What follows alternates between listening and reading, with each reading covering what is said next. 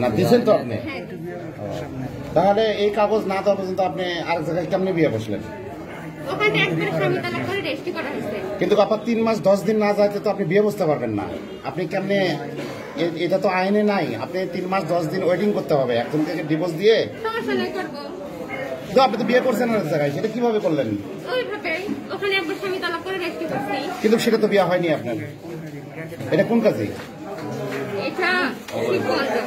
নাম কি কাজে? কাজের নাম এদিকে আসেন, এদিকে আসেন, এইদিকে আসেন তো, এদিকে আসেন। আপনি এদিকে আসেন। আপনার মা এগুলো কিছু জানে না? আপনার মা কোনো কিছু জানে না? আপনি এদিকে আসেন। আচ্ছা, তাহলে এই যে আপনি যে একজন ছেড়ে আপনার প্রথম স্বামী, আপনি যে প্রথম বিয়ে হয়েছিল সে স্বামীর নাম লিটন, শ্বশুরের নাম দিলবর হোসেন। আচ্ছা, এটা কোন জায়গায় বিয়ে করছিলেন আপনি? পুরার দক্ষিণ পাড়া। এখন আপনি যে বিয়ে করছেন তা আপনার সাবেক স্বামী যেটা ছিল তাকে কি ছেড়ে দিয়েছেন? আপনি ছেড়ে দিয়ে কতদিন পর আপনি আবার বিয়ে করছেন?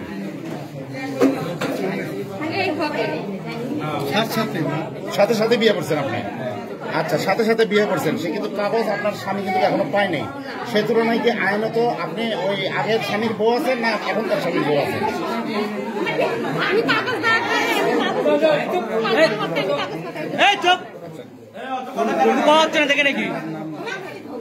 আপনি কত টাকা এখন যে বিয়ে করছেন আপনি সেখানে কত টাকা মহারণা করছেন?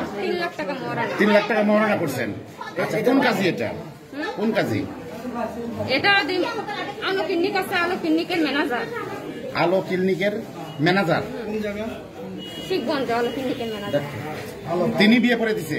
উনি কাজী। ও, উনি কাজী। শিবগঞ্জ আলো ক্লিনিক আছে, সেখানকার ম্যানেজার, সে কাজী, সে আপনাদের বিয়েটা করে দিছে। নামটা কি? যাই হোক, এখন আপনার বর্তমান স্বামীর নাম হচ্ছে সুজন, বাড়িটা হচ্ছে রায়নগর মধ্যপাড়া। তাহলে আপনার এই মূলত আইনত আমরা যেটা জানি যে আপনি একজন থেকে ডিভোর্স দিতেই পারেন, বিয়েও আপনি করতেই পারেন, কিন্তু সেটা হলো আইনত 3 মাস বিবাহিত হইতে হবে। 3 মাস 10 দিন, 3 মাস 10 দিন পরে আপনি আরেক জায়গায় বিয়ে করতে পারবেন। এর আগে কিন্তু আপনি পারবেন না। কিন্তু আপনি সেই মূল্যে আপনি এখনো কিন্তু আসলে আপনি আইন বহির্ভূতভাবে আছেন। আপনি তো এটা, আপনার তো বিয়ে এখনো হয়নি, যেহেতু আপনার স্বামী এখানে আছে এখনো, আপনার বিয়ে মূলত এখনো হয়নি, আপনি এটা ঠিক করেননি। আপনার একটা সন্তানও আছে, ফুটফুট একটা সন্তানও আছে এই পক্ষে। আচ্ছা, যদি আপনি যদি বলেন যে আপনার এই বর্তমান যে স্বামীকে আপনি ডিভোর্স দিয়েছেন, এই স্বামীর সমস্যাটা যদি বলেন একটু। আমি একজনকে ভালোবাসি, আমি কারোর দোষ দিব না। আমাকে ভালো লাগে না দেখে আমি চলে গেছি। আর কোনো সমস্যা নেই, কারোর দোষ নেই আমার, কারোর অভিযোগ নেই আমার। আপনার এই স্বামীর, ইনি তো আপনার স্বামী ছিলেন এর আগে, এখনো আমরা জানি আইনত এখনো উনি আছে, কিন্তু ঘটনা হচ্ছে কি যে ওনার কোনো দোষ দিচ্ছেন না। তাহলে দোষ যদি না দিয়ে থাকেন তাহলে আসলে আরেক জায়গায় কেন আপনি বিয়ে বসলেন? আমি ভালোবাসি। প্রেমটা কিভাবে? সন্তান আছে একটা, সন্তান কি করবেন? সন্তান আমাকে দিলে আমি নিব, ওরাই নিলে ওরাই নিবে। না, ওর তো সন্তান বেঁচে আছে আমরা জানি। আচ্ছা, ওনার সাথে আপনার সম্পর্ক কিভাবে হয়েছিল? ওই সদনের সঙ্গে আপনি কিভাবে সম্পর্ক?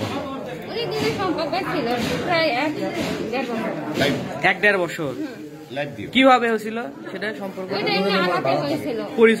পরিচয়টা কোন জায়গা থেকে? মহাস্থান থেকে পরিচয় হয়েছে। উনি কি করে? কাঠমিস্ত্রি, এখানে কাজ করে, এই জায়গায় চাকরি করে। ওই ছেলে কি অবিবাহিত না বিবাহিত? অবিবাহিত। হ্যাঁ, দর্শক, আপনাদের সামনে হাজির হয়েছি এই মুহূর্তে আমি বগুড়া শিবগঞ্জ উপজেলার রায়নগর 8 ইউনিয়নের পরিষদের মধ্যে। এখানে আপনারা দেখতে পাচ্ছেন যে একজন আপা আমাদের সামনে দাঁড়িয়ে রয়েছেন। ইনি বিবাহিত মানুষ, আর এনার একটা সন্তানটা নিয়ে একটা সন্তান রয়েছে আপনারা দেখতে পাচ্ছি। সন্তানটার বয়স কত? 1 বছর। 1 থেকে 1.5 বছর সন্তানের বয়স। নাম কি সন্তানের? নাম কি? ইব্রাহিম আরিফ সন্তানের নাম। এই একটা সুন্দর একটা বাচ্চা। এই এনার মা হচ্ছে ইনি। আপনার নামটা কি আপা? সাদিয়া সুলতানা। ইনি কিন্তু এনার বাড়ি 8 ইউনিয়নে কুরাহার গ্রামে। বাবার বাড়ি।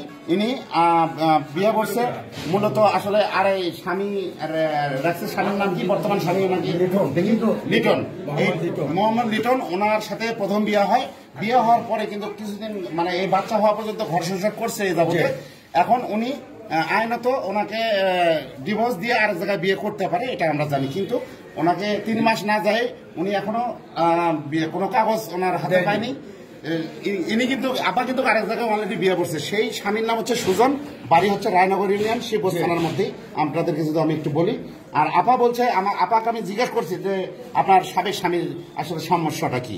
উনি কিন্তু আসলে কোনো অভিযোগ দেয়নি আমাদের কাছে, বলছে যে আমি কোনো কারোর বিরুদ্ধে কোনো অভিযোগ দিব না, আমার মন চাইছে আমি অন্য জায়গায় বিয়ে করছি। কিন্তু প্রশ্ন হচ্ছে যে একটা বাচ্চা, ফুটফুটে একটা বাচ্চা সহ এখানে রাখে এই আপাটা আরেক জায়গায় বিয়ে বসলো, বিয়ে উনি বুঝতেই পারে। এখন এই বাচ্চাটার ভবিষ্যৎ কি হইতে পারে, আর উনি ওনার ইচ্ছা খেয়াল খুশি মোতাবেক আসলে এরকম কি করতে পারে কিনা জনগণের কাছে প্রশ্ন। দ্বিতীয় কথা যে আইনত আছে 3 মাস 10 দিন না যাওয়া পর্যন্ত বিয়ে করতে পারবে না। কিন্তু এখানে দেখা গেল আপার নাম কি বললেন, সাদিয়া আপা কিন্তু আসলে 3 মাস 10 দিন তো যাওয়ার দূরের কথা, 10 দিনের মাথায় উনি আরেক জায়গায় বিয়ে করছে, সেই দিনই বিয়ে করছে। এখনো ডিভোর্সের কাগজ কিন্তু স্বামী কিন্তু পায়নি। আমরা চাইবো উভয় পক্ষের দাম্পত্য জীবন আবার পুনরায় সুখীময় হোক, আমরা এই কামনাই করি। ভুল বোঝাবুঝির নিরসন হোক। সুজন ভাইকে আমি বলবো, আপনি ভুল করছেন, আপনি আপনার পথে থাকেন, আপাকে ছেড়ে দেন, তাদের একটি যেহেতু বাচ্চা আছে। গুলজার রহমান, 8 মৌল ইউনিয়ন, শিবগঞ্জ থানা। আপনি কি আমি এগোই থাকবো, আমি পারবো না থাকতে। মানে আপনি আমাকে জোর কেউ করতে পারে, আমার নিজের মৃত্যু ছাড়া আমার কোনো পথ নেই। আমি নিজের আপনি সন্তান, আমার সন্তান আমাকে দিলে আমি পারবো, আমার কাউকে লাগবে না। ওদের ধরে পালতে ওরা নিতে পারে, আমার কোনো সমস্যা নেই। মানে আপনি আমি দিতে আসি না, ওরা বলছে বাচ্চা সহ আমাকে নিয়ে গেছে, তাই আমার বাচ্চা আছে, ওরা বাচ্চা পালবে, কিন্তু ওদের সমস্যা নেই।